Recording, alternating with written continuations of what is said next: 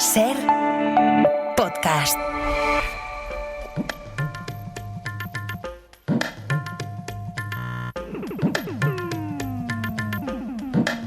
En la cadena Ser, Punto de Fuga. Con Pablo Morán. Hola a todos, bienvenidos a Punto de Fuga. Hay lugares más allá de Gaza donde también se está jugando a hundir la flota. Hablamos de Trump y de su despliegue naval en el Mar del Caribe.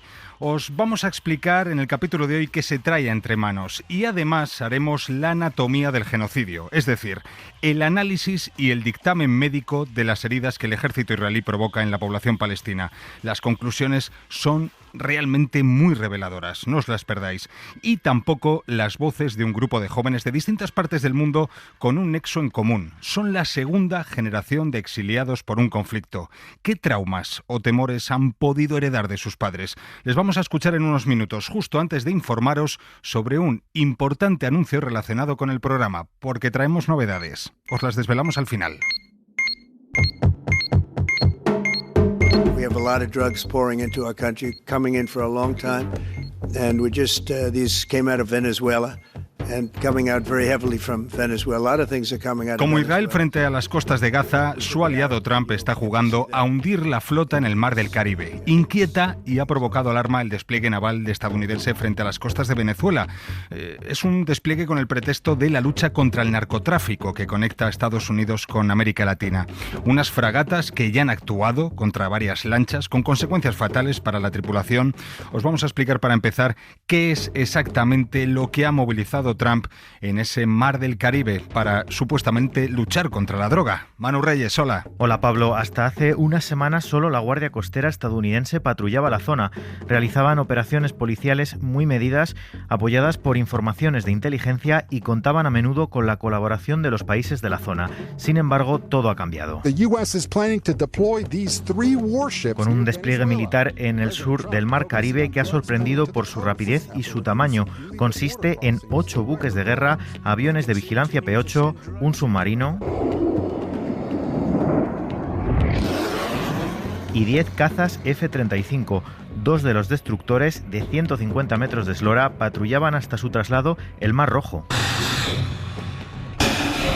protegiendo a los barcos de mercancías internacionales de los ataques de los hutíes de Yemen. Es un despliegue de unos 7.000 soldados que podría no ser todo. Según el New York Times, otro destructor actualmente destacado en el Pacífico Oriental podría unirse pronto. Esta fotografía, la de los buques de guerra con misiles sustituyendo a la Guardia Costera, no es casual. El gabinete de Trump habla de narcoterrorismo.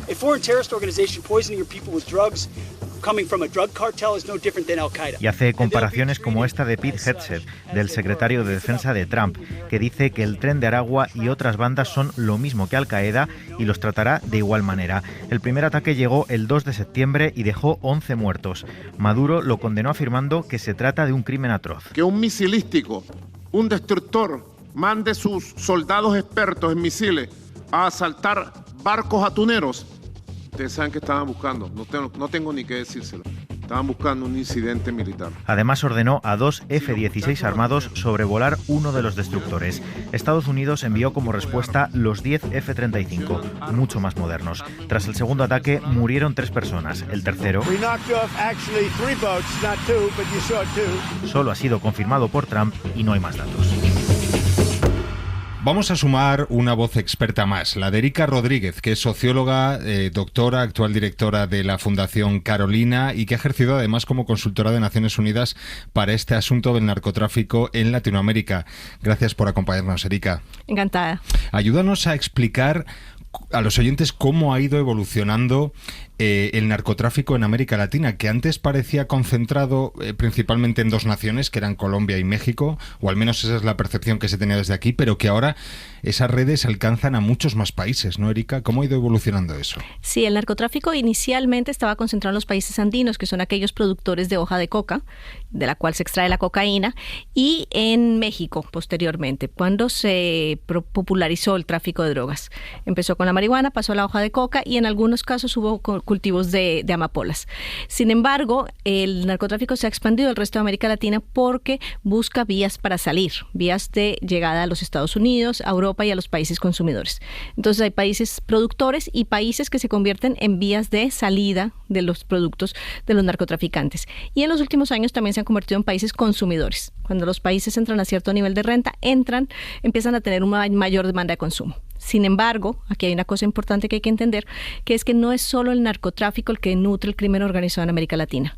En América Latina lo que se ha presentado es una complejización, una ampliación de la cartera de negocios de los criminales. Ajá. Entonces, los criminales que antes solo se dedicaban al tráfico de drogas, que es muy productivo, hoy en día se han ido mezclando con otro crimen y con otras agendas de negocios.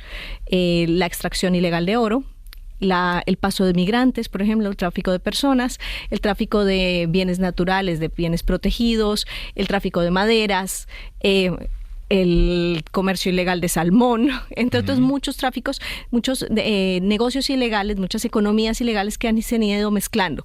Y eso hace que el impacto del crimen en la región sea más generalizado hoy que antes. Y que tenga más implicaciones quizás con el poder, ¿no? Que alcance más o sea más permeable al poder, quizás. Erika. Es parte del círculo vicioso, ¿no? El narcotráfico tiene suficiente dinero, más que muchos estados, para corromper y para buscar estos vacíos donde las instituciones no funcionan correctamente. Pero eso hace que entre con corrupción, que entre con dinero, con compra de las voluntades políticas, pero también que vaya creando estados paralelos, ¿no? O gobiernos criminales. Y a su vez, esa implicación del crimen a nivel local, su capacidad de gobierno, hace que abra otros mercados ilegales y que los facilite. Entonces se van complementando economías del ilícito. Dentro de ese negocio boyante que es el del narcotráfico, ¿cuál es el destino de la droga, de la mercancía, Erika? Principalmente la que se produce en América Latina. ¿Es solo Estados Unidos? No, Europa es un gran consumidor también y a nivel interno empiezan a haber unos mercados potentes como los del Cono Sur. Entonces, aquí lo que hay que distinguir es mercados y las vías a través de las cuales se llega a esos mercados, las rutas del narcotráfico. ¿Y cuál dirías, más o menos, que puede ser el porcentaje de esa droga que puede llegar a Estados Unidos, la que procede de Venezuela, que es el país en el que Trump, en fin, ha puesto el punto de mira con esa excusa de la lucha contra el narcotráfico? Pues aquí hay dos cosas que habría que tener en cuenta. El primero es, Venezuela no era el canal habitual de tráfico hacia Estados Unidos, era un puerto que dirigía más drogas hacia Europa. Entonces, dentro de las rutas, el paso más grande suele ser Ecuador, las propias costas colombianas, es decir, hacia Estados Unidos, hacia el norte de América, fluye más por el Pacífico. También fluye a través de vías aéreas, pero Venezuela sería, habitualmente dentro de los análisis de Naciones Unidas, estaba como un puerto del que se exportaba hacia Europa. Entonces no es el gran exportador. Y tengamos en cuenta que en todo caso, Venezuela es un lugar de tránsito, no un productor. El mayor productor en la región es Colombia, seguido de Perú. Vamos a parar un momento porque es interesante esto que nos cuenta Erika. La mayor parte de la droga que llega a Estados Unidos desde América lo hace desde Ecuador, no desde Venezuela. Ya conocéis a nuestra compañera en la región, es Berta Reventós. Hola, Berta. Hola, ¿qué tal? ¿Cómo estáis? Bueno, ya nos ha señalado Erika algunos de esos canales del narcotráfico en América Latina que se han ampliado y ahora son más complejos, pero ¿qué más detalles nos puedes dar tú al respecto? Pues aunque Colombia y México siguen siendo el núcleo del narcotráfico en la región, la realidad es, como decía Erika, que se han incorporado nuevos países a este negocio transnacional. Es el caso de Ecuador, Costa Rica o Guatemala, que forman parte de las llamadas rutas del Pacífico, que van hacia Estados Unidos, pero también hacia Europa, donde la demanda de cocaína está en aumento. Esto ha hecho crecer de manera alarmante la violencia en estos países, particularmente en Ecuador, que cerró el año 2024 como la nación más violenta de la región, y los datos de 2025 apuntan a que este año será el más violento de la historia del país. Según el último informe del Grupo Crisis, publicado en marzo de este año, Ecuador combina varios factores que han facilitado esta situación: unas fuerzas de seguridad mal preparadas, un gran puerto como es el de Guayaquil y una proximidad geográfica a las zonas cocaleras de Colombia, donde está la materia prima. Y ya más al centro y al sur del continente tenemos Bolivia, otro gran centro productor, que transporta la coca a Paraguay y de ahí por el el río Paraná baja hasta Argentina, donde los puertos de Rosario y Buenos Aires sirven también como puntos de partida hacia Europa. Después está Brasil, que tiene otro mercado importante, también interno, y cuya mercadería sale desde el puerto de Santos, en el estado de Sao Paulo. Así que tenemos varias rutas activas y muchos países implicados en este negocio. Junto a esta ampliación de las rutas, Berta, hay un aspecto novedoso en la lucha contra el narcotráfico, y es que además de ese despliegue naval en el Mar del Caribe, Estados Unidos califica ahora como grupos terroristas a los cárteles de la droga. ¿Qué cambia en eso? Es una buena pregunta porque la aproximación de Donald Trump en esta nueva guerra contra las drogas empieza a cruzar límites desconocidos hasta ahora. El ataque de Estados Unidos a lanchas venezolanas en aguas internacionales implica la aplicación del principio de la extraterritorialidad, que no se había visto en décadas. O sea, Trump entiende que Estados Unidos puede actuar más allá de sus propias fronteras y está traspasando los límites que conocíamos en cuanto al accionar de los estados frente al narcotráfico. Consultando con Carlos Pérez Ricard, un investigador de México, me decía que este es un precedente peligroso porque ahora Estados Unidos entiende que puede repetir una acción de esta índole, pero por ejemplo con drones. Lo que concluía este experto es que Washington está expandiendo una lógica hegemónica que desprecia cada vez más la idea del derecho. Berta, hay un país señalado de lleno con este movimiento, es Venezuela, y claro, ese despliegue naval de Trump ha destapado el tarro de las esencias del régimen chavista, ¿verdad? Sí, aunque Venezuela rechaza las acusaciones de narcotráfico porque realmente no es un actor relevante por ahora en este negocio. De hecho, apenas el 10% de la cocaína que llega a Estados Unidos sale de Venezuela.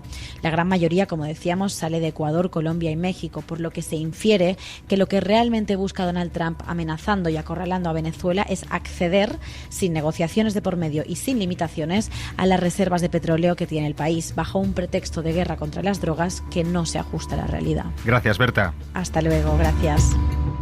Claro, Trump ha llegado incluso a señalar vínculos directos, incluso en los últimos informes de la DEA, que no aparecía, pero sí que vincular el régimen chavista y determinados altos cargos del régimen chavista con el narcotráfico. ¿Esto es así?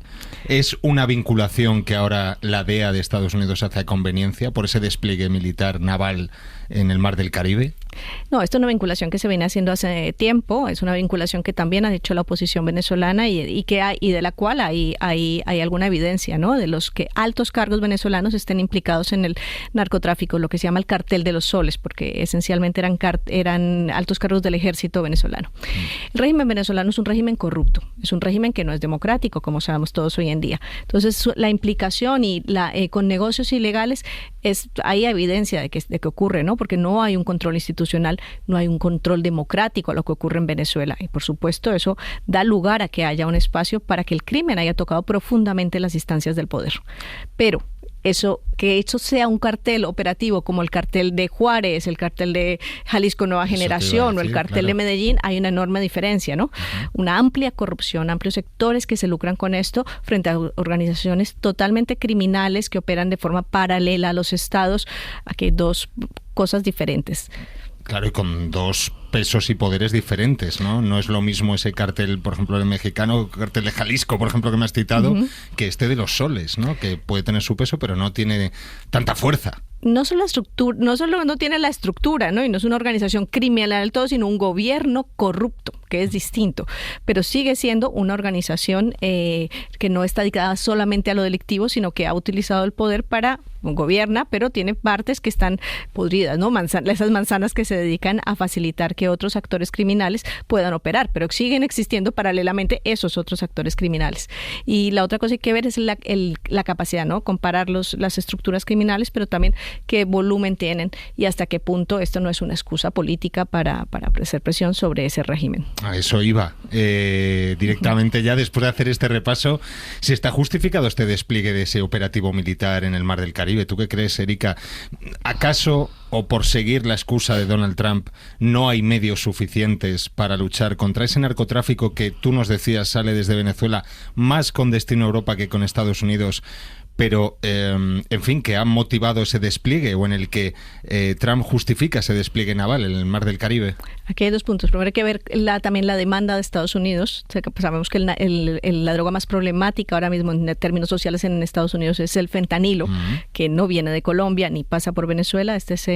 Viene esencialmente desde China y pasa por México.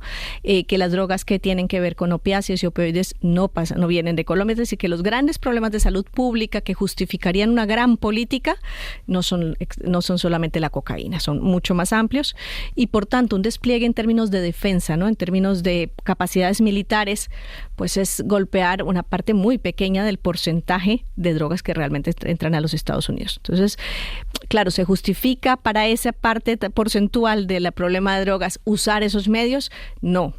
Se justifica usar moscas a cañonazos. ¿No? Se justifica solo usarlo en Venezuela cuando Ecuador, por ejemplo, a través de Guayaquil es uno de los grandes puertos, o el puerto de Buenaventura en Colombia, o incluso algunos puertos chilenos, o por Panamá, lo que sube por vía terrestre.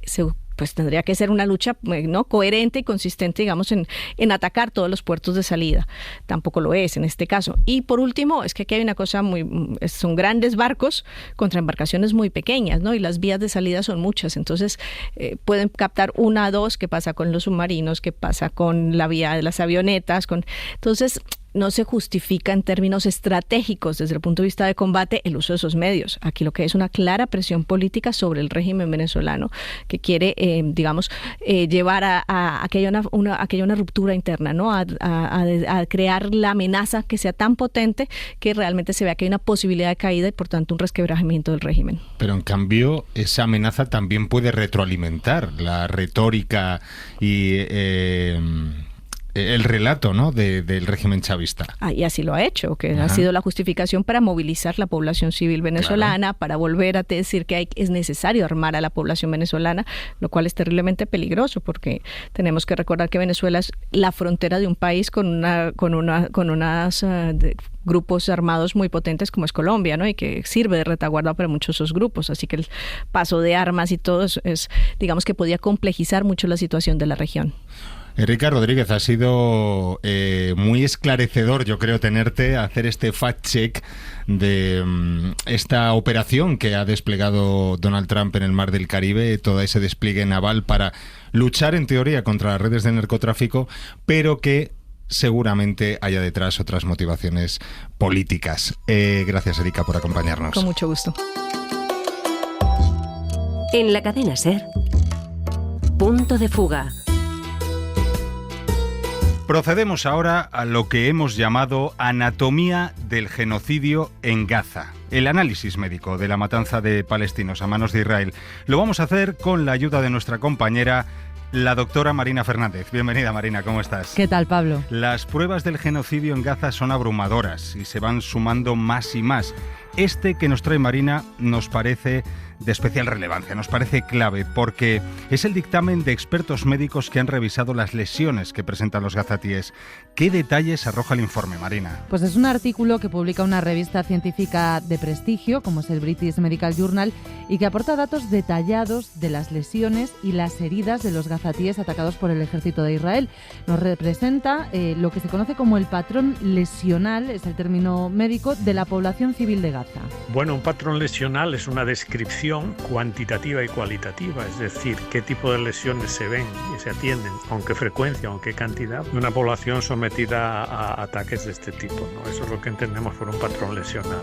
Pues sorprende, digamos, que hay lesiones o es un patrón lesional extremadamente agresivo, es decir, un tipo de ataque en el que se utilizan bombas de unas determinadas características con un poder destructivo tremendo, y eso es lo que se traduce en amputaciones, en muchísimas lesiones traumáticas indiscriminadas, es decir, afectando a todos los segmentos de la población, niños, ancianos. Nos lo cuenta Pedro Arcos, que tiene experiencia en primera persona en emergencias, es expresidente de Médicos Sin Fronteras en España.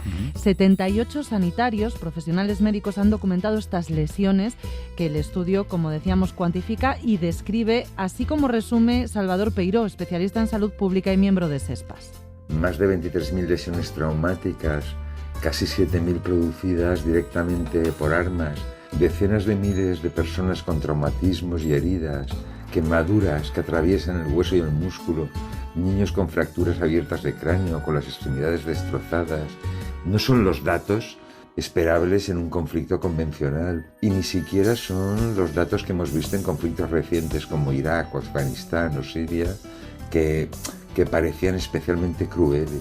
Los profesionales, como escuchamos, Pablo, coinciden. Lo que está haciendo Israel contra la población civil de Gaza sobrepasa lo vivido en cualquier otra guerra contemporánea. Son profesionales que saben de lo que hablan, no son unos cualquiera, son médicos especialistas en esto que nos está contando Marina, y la clave aquí es ese patrón lesional que demuestra la violencia, la brutalidad con la que Israel está atacando a los civiles palestinos. Marina. Sí, y que está utilizando, por ejemplo, munición diseñada para el campo de batalla, para campo abierto, y claro, provocando un daño tremendo a estas personas. Lo que muestra es un escenario sin precedentes en nuestro siglo, en el que se ha utilizado munición de alta energía y con efecto área, como bombas termobáricas, incendiarias o proyectiles de dispersión en entornos urbanos muy densamente poblados. Es textual del estudio. La distribución de las heridas en las personas atendidas se alinea con el uso de municiones termobáricas incendiarias diseñadas para esa destrucción máxima. Es una munición prohibida por las leyes internacionales, por las leyes de guerra. Más, en comparación con conflictos anteriores, las lesiones por explosivos representaron el 67% de los casos en Gaza, que es más del doble de ese 31% de lesiones por explosivos que se reportan entre población civil de otros conflictos contemporáneos. Este trabajo documenta ampliamente el patrón lesional y de alguna manera también refleja muy claramente la intensidad de la agresión israelí, ¿no? Muestra claramente que la intensidad de los bombardeos, la intensidad del ataque, la agresividad, digamos, con que Israel ha atacado a esta población, que además es una población que no se puede ir de allí, sometida a un nivel de violencia absolutamente extrema, ¿no? Eso lo muestra bastante bien el tipo de lesiones que se está atendiendo ahora mismo en Gaza, ¿no? El doble de heridas por explosivos en población civil que en cualquier conflicto, otro conflicto contemporáneo. Sigo leyendo del artículo. Las quemaduras, que son una de las lesiones que más sufren estas personas. Más del 30% de las quemaduras involucraban el grosor total de la dermis y se extendían hasta el músculo y el hueso. O sea, toda la carne absolutamente calcinada, hasta el hueso. Además, el informe detalla, de nuevo de manera textual, que las heridas por armas de fuego afectaron desproporcionadamente a las extremidades, involucrando a menudo territorios vasculares importantes donde, ante la ausencia de recursos quirúrgicos, la única solución viable fue la amputación. Hay que pensarlo, una amputación sin anestesia es tremendo, su esperanza de vida es muy corta, como un recién nacido se va a morir porque no tenemos electricidad, no tenemos incubadoras. ¿Cómo se va a morir una madre en una cesárea? Es traumático. Claro, esta es la situación, una tragedia, en opinión de la doctora Isabel Portillo, que escuchábamos, miembro de la Sociedad Española de Epidemiología, que también está siguiendo muy de cerca la situación sanitaria en Gaza. Y juntándolo así todo, pues suena tremendo, ¿no? Marina, ¿por qué es importante este análisis? ¿Qué importancia le dan los expertos? Pues por varias razones. Por la dificultad, primero, de conseguir esta información, como apunta Peiró. En la mera descripción del número y el tipo de lesiones que relatan, que documentan en el estudio, pese al tono académico que intenta mantener el artículo, los datos, los simples datos, se transforman en denuncia y en indignación. Nunca habíamos visto un ataque de este calibre a la población civil de áreas urbanas. Porque además es una revista de prestigio la que publica los resultados. Es importante que una publicación así ponga el foco en lo que Israel le está haciendo a Gaza y de hecho porque podría servir como prueba en un hipotético caso penal contra Netanyahu. Obviamente este tipo de agresión de Israel acabará más tarde o más temprano teniendo una connotación internacional, habrá un proceso penal y es muy importante documentar este tipo de lesiones, ¿no? Y también por dar testimonio. En definitiva, porque está haciendo la anatomía de un genocidio. Este estudio lo que nos da es una visión terrible de cómo se están produciendo este genocidio. Ahora, un genocidio que también un estudio científico cuantifica y describe punto por punto. Otra prueba más. Gracias, Marina. Vuelve cuando quieras. A ver si me invitas. Cuando quieras, la puerta está abierta hasta ahora. Y al cierre del programa de hoy, las voces de la segunda generación de exiliados. Esta semana se ha presentado en Bilbao un libro que plasma las ideas, las inquietudes y también los temores de un grupo de jóvenes procedentes de diferentes países del mundo a los que fueron a parar sus familias huyendo de la violencia de Colombia. Ellos no vivieron aquello, pero sí la vida en el exilio, y ahora cuentan su historia en esta publicación. Nuestro compañero de Radio Bilbao, Guillermo Sabas, ha estado con ellos. Son 10 los autores de Semillas Regadas, un libro que recoge sus vivencias, su testimonio tras un proceso de exilio a causa del conflicto armado en Colombia. 10 personas que se suman a las millones de desplazadas. Canadá, España, Francia o Suecia son los países en los que residen a día de hoy, excepto uno. Andrés Buitrago es insiliado.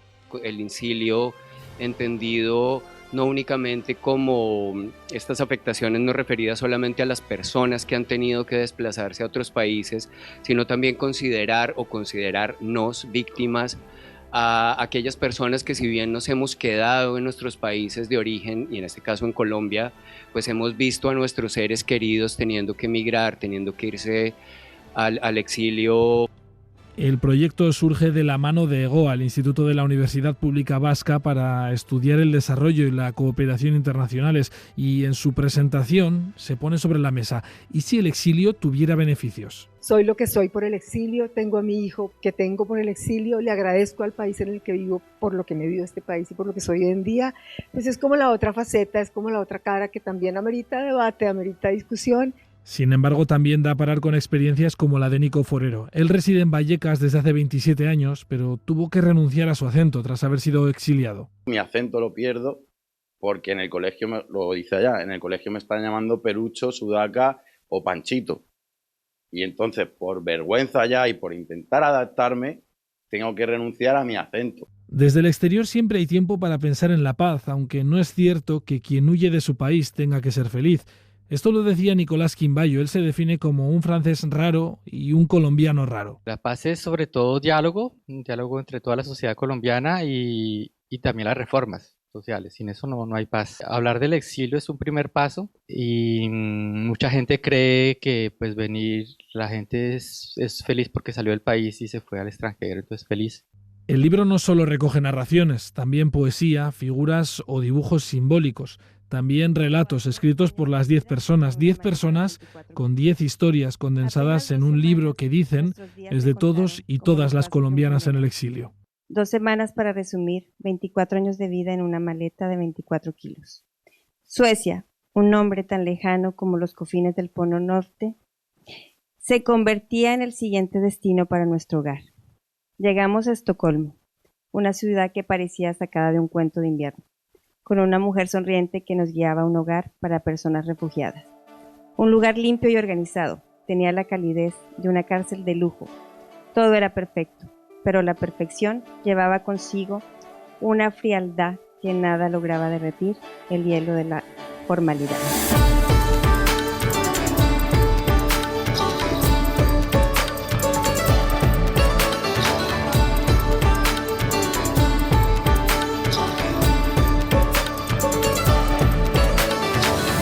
Y el anuncio importante que os tenemos que hacer. A partir de la semana que viene, nuestra cita se traslada a los domingos a las 6 de la mañana, justo después del boletín. Si nos escucháis en podcast, pues todo va a seguir igual, no toquéis nada, pero quienes estáis en la emisión en directo, anotadlo en la agenda que pasaremos lista y quizás nos encontraremos con nuevos amigos. A partir de la semana que viene, Punto de Fuga, el domingo a las 6. Hasta entonces, seguimos en cadenaser.com, en Facebook, en X, somos @puntodefuga y siempre en Ser Podcast. Escuchadnos y compartir nuestros programas porque sois parte fundamental de este mundo que también importa. ¡Feliz semana! ¡Adiós! Para no perderte ningún episodio, síguenos en la aplicación o la web de la SER, Podium Podcast o tu plataforma de audio favorita.